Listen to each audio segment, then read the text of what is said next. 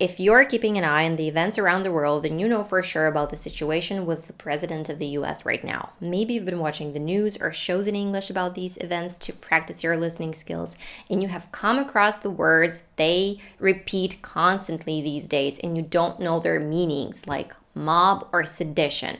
Or maybe you want to watch those in English, then knowing these words will definitely make this easier. I'm talking about an unprecedented situation for the United States with already former President Donald Trump. But we're not going to dive into this whole thing. Instead, we're going to dive into the vocabulary with examples. Hey everyone, welcome back to the channel. If you're new here, welcome. My name's Anna.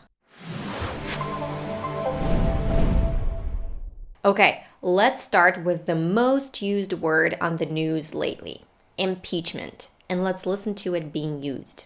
Getting the permits, promoting the rally, those will be undoubtedly looked at in the impeachment trial. And there's also the question of accountability for the president. You've got Democratic members of Congress drawing up articles of impeachment.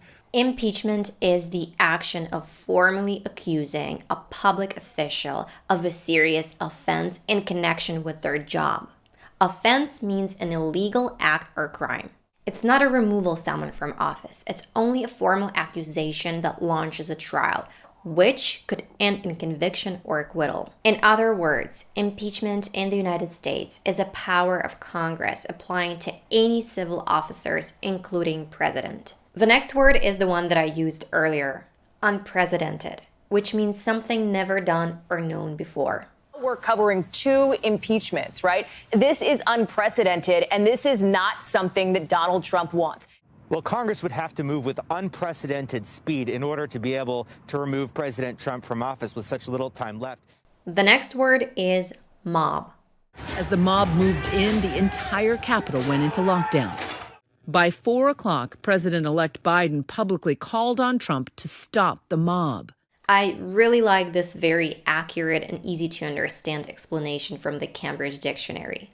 Mob is a large, angry crowd, especially the one that could easily become violent. The next word is rampage. For hours, while his supporters rampaged through the Capitol, breaking onto the Senate floor, into Nancy Pelosi's office, the president said nothing. Rampage was used as a verb in this example, which means to go through an area causing a lot of damage, while rampage as a noun means violent and wild behavior. Our next word is siege, and let's listen to it being used. I call on President Trump to go on national television now to fulfill his oath and defend the Constitution and demand an end to this siege. Siege means the surrounding and attacking of a place by an armed force in order to overcome resistance and defeat those defending the place. This word you might have heard lots of times, Capitol. The U.S. Capitol building is in lockdown right now. Supporters of President Trump have converged on Washington. Our reporting begins tonight with NBC's Josh Letterman, who was there at the Capitol during the attack. Capitol is the name of the building in Washington, D.C., and is used by the Congress of the U.S. for its sessions and is the seat of the legislative branch of the U.S. government. And it's pronounced the same as capital, which means the city that functions as the center of government of a country or region. Washington, D.C. is the capital of the United States. Now you'll hear these 2 words being said together and separately. Incitement and insurrection. Followed the radical fringe of Trump supporters for 10 months and attended the January 6th rallies in Washington that gave way to the insurrection. By the way, he's an insurrectionist. There are no questions. He should be arrested today. He should be sent to jail today for insurrection against the United States of America. But I do wonder this morning. One article, the article on incitement of insurrection, by late afternoon today. We expect that will pass. Insurrection is a rebellion against government in an attempt to take control of their country, usually by violence.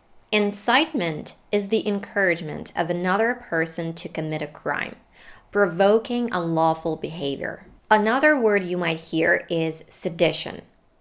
His name will be etched in the congressional record and in history books forever as a seditionist.